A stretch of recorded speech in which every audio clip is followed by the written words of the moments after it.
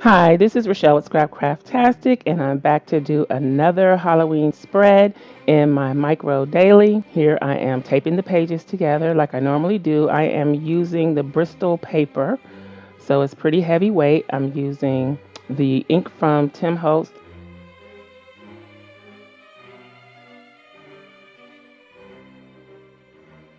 and I'm coming in with some purple. So my main background colors are going to be orange and purple here.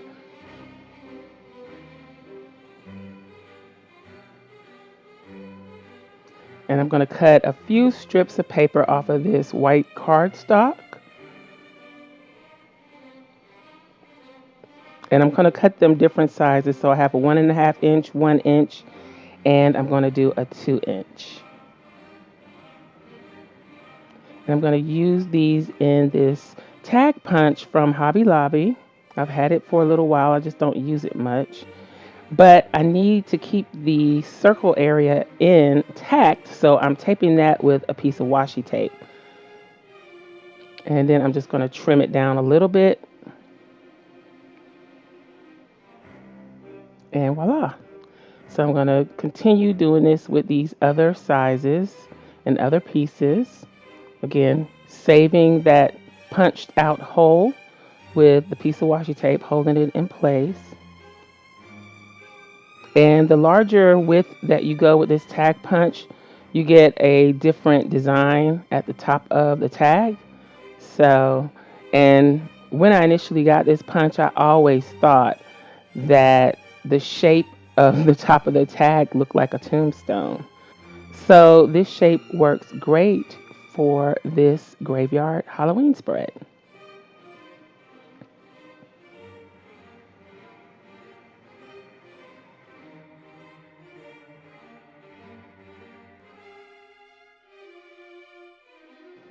So here I use some free SVG files from Pixabay to cut a fence.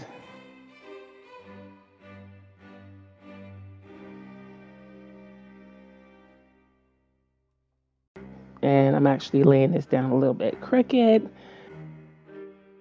So I'm going to peel that up and go back and use my ruler as a guide to try and help me get this straight.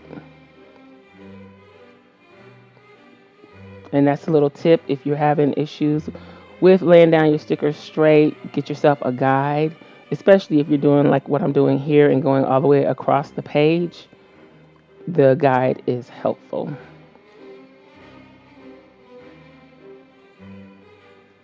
And I know this looks like train tracks, but we're going to work on it. So here I'm just inking up my shapes that I've punched and trimmed with black soot. And yes, of course, as always, I go overboard with the black ink.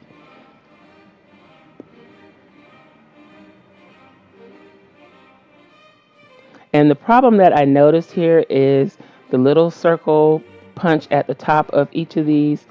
The ink settles around where that punch is, so it still looks like a little circle there. So I'm going to have to overcome that, but I still like the shape, and I think it's a good idea to use this tag punch for this purpose.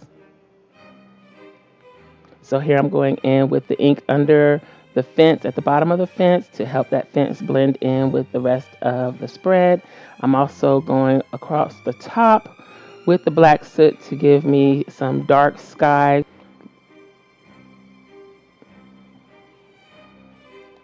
I kind of wanted it to look like a sunset but still have a little spookiness to it. I didn't want it to be too dark even though it's a graveyard. Here I'm just going around defining the edges with the black soot and adding a little more ink to my shapes. I wanted them to be varying colors, and I could have used like a gray paper, but I wanted them to, like I said, be varying colors, and I thought the ink was the better way to go. So I'm just defining the edges of the shapes with the ink as well.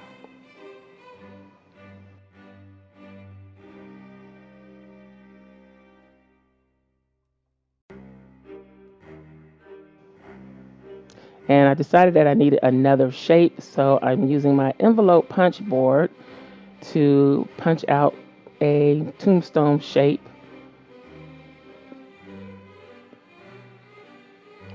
So that works great as well. And there's no hole in the middle at the top. The only problem with that is I can only make the shape so wide.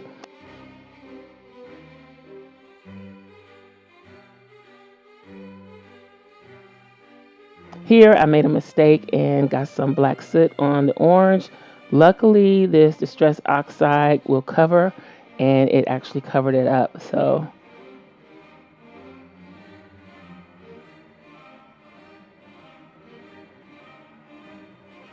here I'm just going to use this corner flourish as a decoration at the top of this shape.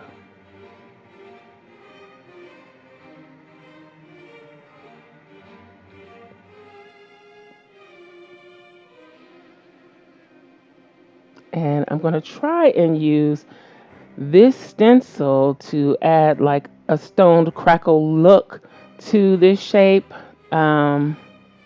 But I'm not so sure about how this turns out. I think it looked more like a giraffe than what I was going for. So I kind of tried to blend that in so it didn't look so much like a giraffe skin. And here I'm using this skull and crossbones. And I thought that I was going to like this, but it looks a little cartoony to me, but I thought I could make it work. So there's that. And here I'm just playing around with placement.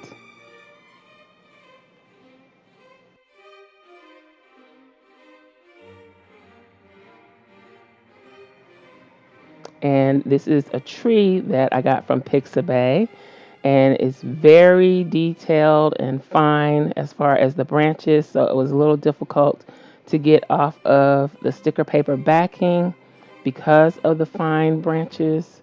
So, well, I could have taken it off and broke off half the branches, but so I wanted to keep them intact, and I was finally able to get it off, and I'm just going to put it on the very edge half of the tree so that I can cut off the other half and use it on the other side.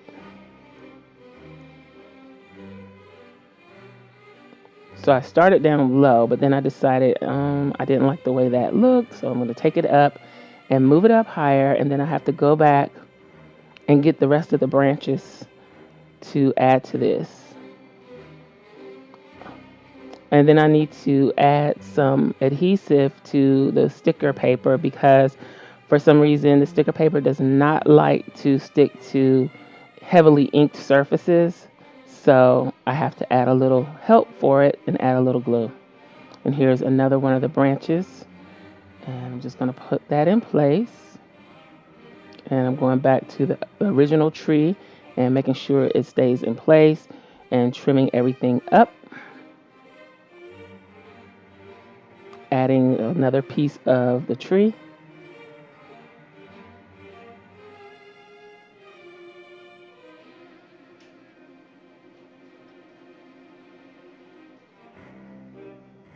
And here again, I'm testing out placement, and I decided that I did not like that skull and crossbones, so I'm taking the washi tape off and putting it on the other side to hold the punch in place, and then I'm going to go ahead and ink up the back side and use that instead. So again, placement, and I'm just going to go ahead and glue it down because I have been moving them around and moving them around for quite some time. So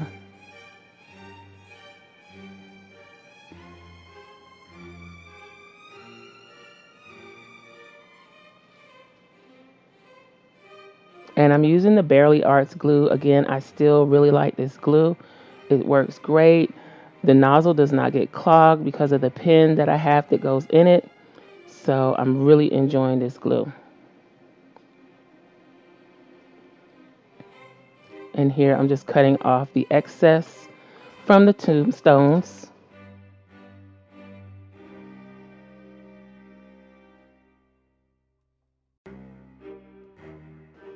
And I decided I need to make another tombstone because I had 3 on the right and it just seemed odd that I was missing one on the left. Also, it needed to be lightened up because the giant tombstone in the back there is rather dark. So I wanted another light piece on this side.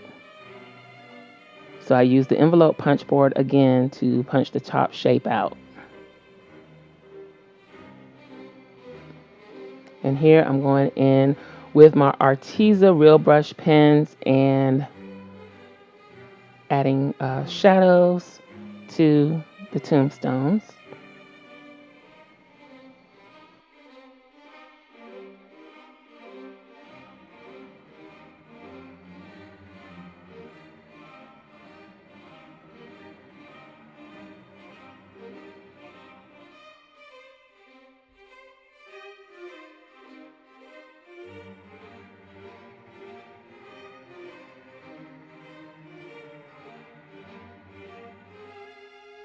And here I decided to stamp a few of the tombstones.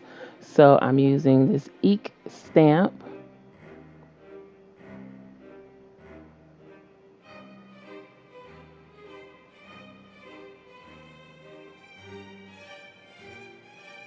Then I'm going to come in with the 31st stamp.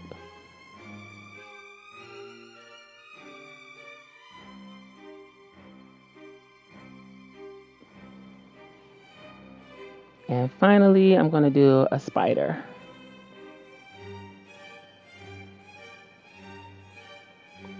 Then I'm using my gel pen, black gel pen, to touch up some of the edges of the branches. You could see some of the white, and also extend some of the branches to help make the tree look a little more realistic.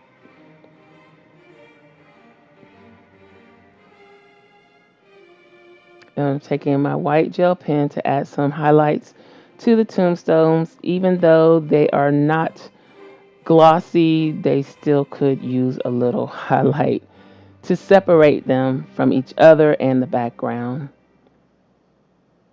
Here I'm going to add some bats.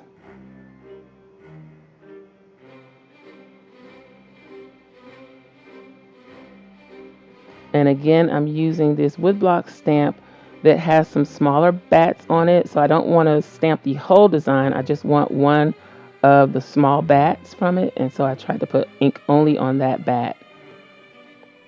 And I'm going to end up having to fill that in a little bit because it was a light stamp, but I'd rather it be light than accidentally stamp all the other bats. So, and again, doing some little highlight work. And finally, cutting the 2 pages in half.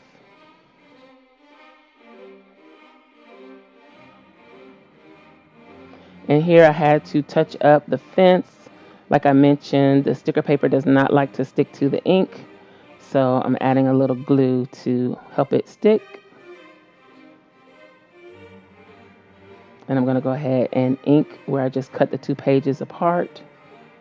And also ink around the outside edges to frame it up.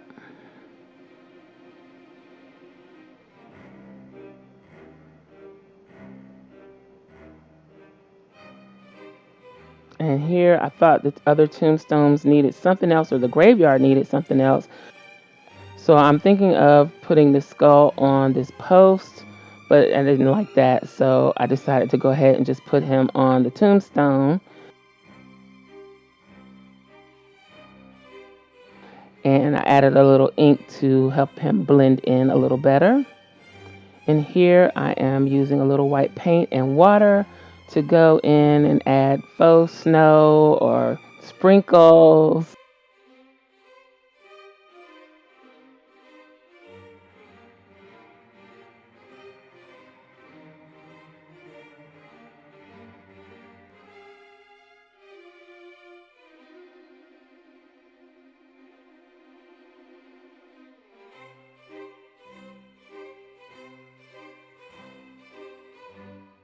And I'm using my arc punch to punch the pages and get them ready to go in. And then I remembered I had not dated it. So I'm using the Happy Planner stamps to date.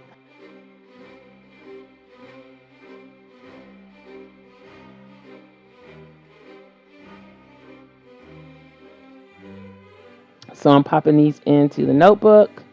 And that's it for this spread. I hope you enjoyed this video. If you did, please give me a thumbs up. Also, make sure you subscribe to the channel and hit that little gray bell so that you'll receive notification each time I upload a new video. Be sure to check the community tab and my stories for updates throughout the week. Also, check us out over at patreon.com/Scrapcraftastic for exclusive content and digital downloads. Visit my other channel, Journal Life's Journey, for craft videos and junk journals.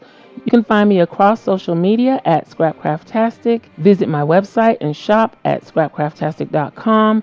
If you have any comments or questions, please leave them below. Thanks for watching. I'll talk to you later. Bye.